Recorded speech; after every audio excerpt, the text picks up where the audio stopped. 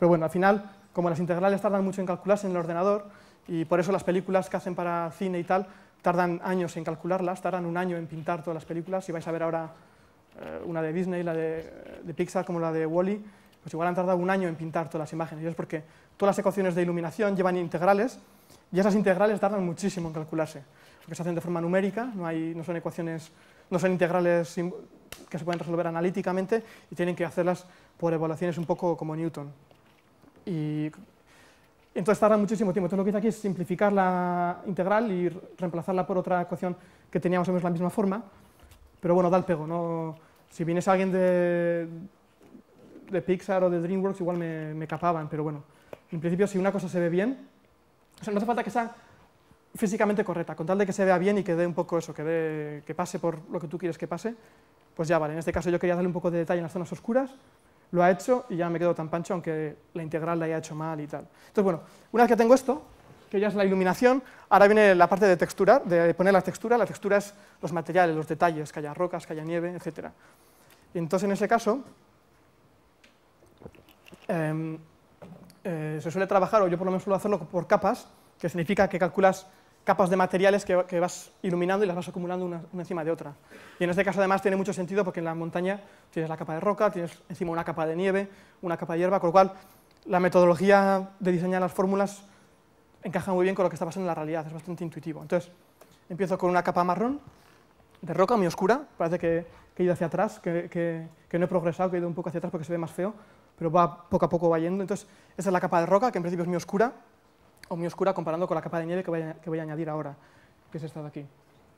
Entonces, esta capa de nieve es también un color constante blanco, y la cantidad de blanco que pongo es una función que depende de la normal, otra vez. Entonces, cuando la normal a la superficie mira hacia arriba, es vertical, significa que estamos en una superficie más o menos horizontal, y ahí normalmente se acumula nieve, mientras que si estás en una ladera o una zona un poco más empinada, ahí normalmente la nieve, sobre todo en primavera, ¿no?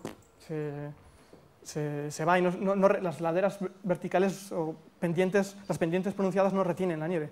Entonces, la cantidad de blanco depende de la normal. Si la normal está muy inclinada, si la componente I de la normal es muy pequeña, quito nieve, y si es vertical pongo más nieve. Entonces, la propia normal, la propia definición de la superficie me da la distribución de la nieve. Hay zonas que están con más nieve que otras y queda bastante bien, porque al final es una línea de código, luego se puede enseñar el código, es una línea así, pequeñita, que añade la nieve, y con una línea de código que ocupa 40 bytes, 40 caracteres, la riqueza de pasar de esto a esto es tremenda. Luego además hay que controlar un poco, claro, es una función de la normal, pero hay que controlar cómo esta función, no es una función lineal otra vez, tiene sus rangos y tal, básicamente puedo controlar cuántas zonas hay con nieve y cuántas zonas hay con roca, la distribución, ¿no? Un poco, si casi todo es roca y poca nieve, o viceversa. Luego puedo añadir otra capa, que se ve un poco que es de hierba o de matojos marrones, y de hecho yo solía ir, cuando estaba aquí en España, solía ir a esquiar bastante a Formigal, y básicamente esto es como se ve aquello en primavera. Si te vas a esquiar un poco así fuera de pista, por la nieve de primavera, se suele ver así, siempre hay un poco de hierbiris, de hierbas por ahí, marrones, y lo hice un poco por eso. Lo único que al final, en esta toma del vídeo, la quité, porque son las mismas ecuaciones para todo el vídeo, lo único que cambian son los parámetros de entrada. Entonces, si la fórmula de la hierba la dejaba para que se viese bien en esta imagen, en el resto de las imágenes se veía mal, se veía demasiada hierba. Entonces tuve que bajar el polinomio, lo tuve que mover un poco para la izquierda para que hubiese menos hierba, y aunque aquí se ve poca, en el resto del vídeo se ve más. Luego añadí un lago, que es bastante sencillo, que es decir, todos los puntos cuya I es menor que 1 kilómetro, 1000 metros, color igual a azul, otra vez. Entonces todos los puntos que están debajo de cierta elevación se ponen azul. Y luego otra vez es trabajar ahora sobre este color base azul para ir enriqueciendo un poco la imagen. Por ejemplo, aquí el color azul, no estoy poniendo las ecuaciones, pero es un poco como las de antes. El color azul lo que hace es se le suma un poco de verde según la profundidad. Puedo calcular la profundidad del punto original a esa cota de 1000 metros, y la distancia puede ser 100 metros o 1 metro o lo que fuera. Y esa distancia la utilizo para calcular la cantidad de verde que pongo. Si la distancia es pequeña, si es 1 metro, sumo mucho verde, hago 1 menos distancia. Entonces, si la distancia es pequeña, el resultado es grande y sumo mucho verde. Si la distancia es mayor, la cantidad de verde que sumo es menor. Entonces, según te vas metiendo en las profundidades del lago, el verde va desapareciendo. Luego puedes añadir un poco de reflexión a la luz.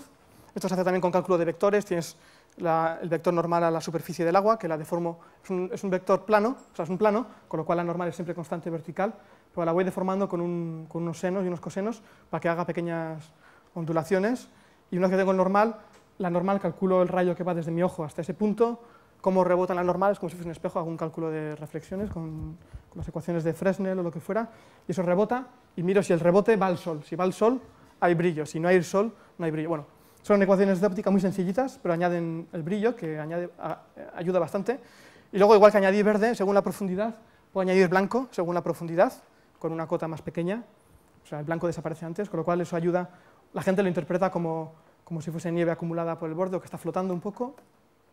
Y luego el siguiente paso es un paso que aporta mucho, que en principio parece que está destruyendo la imagen, que pierde detalle, pero cuando estás haciendo la animación y cuando lo ves dentro de la animación, este efecto de velocidad o de difuminar la imagen ayuda mucho a percibir la sensación de velocidad. Y de hecho la calidad del vídeo gana mucho cuando añades este efecto. Y básicamente es pasar de aquí a aquí, es difuminar la imagen, que difuminar la imagen es quitar los detalles, borrar detalles de la imagen, ya veis que aquí menos detalle que aquí, y borrar detalles es cargarse a altas frecuencias. Entonces básicamente es un filtro paso bajo al final, es que estáis ya familiarizados con filtros. Entonces tú coges un píxel, calculas, bueno, primero hay que calcular la dirección del movimiento. Por ejemplo, estos puntos de aquí, según la cámara está moviéndose, el terreno va a ir hacia atrás, ¿vale? Según avanzamos, estos puntos se van a mover hacia aquí, mientras que estos puntos de acá se van a mover hacia allí. Entonces, ya veis que hay un vector que es aquí y otro vector que es aquí, que es para allá, que define la velocidad de la imagen. Es un campo escalar de vectores en la imagen que te define hacia qué punto se mueve cada píxel. Y eso se puede calcular, tengo mis ecuaciones para calcularlo, y una vez que lo tengo ya en cada punto la dirección de difuminación. Entonces lo que hago es un filtro, paso bajo, un filtro pues, de 8 o 9 muestras, de orden 8 lo que fuera, que es un filtro unidimensional de una dimensión, pero va filtrando los píxeles, los va cogiendo, la señal la va cogiendo de la pantalla en la dirección de ese vector, con lo cual los píxeles que están en esa dirección son los píxeles que están difuminados entre sí. O sea, este píxel, si la velocidad es esta, nunca se difumina este píxel con los píxeles que hay por aquí, solo se difumina con los píxeles que están en la misma línea, y eso ayuda a dar la sensación de velocidad. Luego uno de los últimos pasos es oscurecer un poco la imagen por los bordes. Aquí esto ya es una razón estética, ¿eh? Esto lo hice para simular las cámaras antiguas, las cámaras analógicas, que solían, la ganancia de la cámara, el brillo de la imagen siempre era mayor en el centro de la pantalla que en el centro de la película que en los bordes.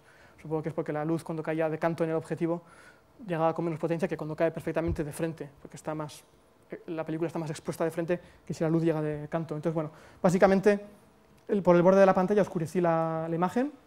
Eso está hecho con una parábola. Es una parábola, si la imagen vale 0, la coordenada x es 0 a la izquierda, esto ya es en 2 dimensiones. Si 0 es a la izquierda y 1 es a la derecha, hice una curva que empieza en 0, luego sube, coge brillo y vuelve a caer a 0 en el borde. Eso hace que el brillo por los bordes sea más oscuro que en el centro. Y pues, x por 1 menos x vale 0 en 0 y vale 0 en 1 también. Bueno, pues, y entonces básicamente añadiendo todos los efectos poco a poco, pasas de esto que teníamos a esto.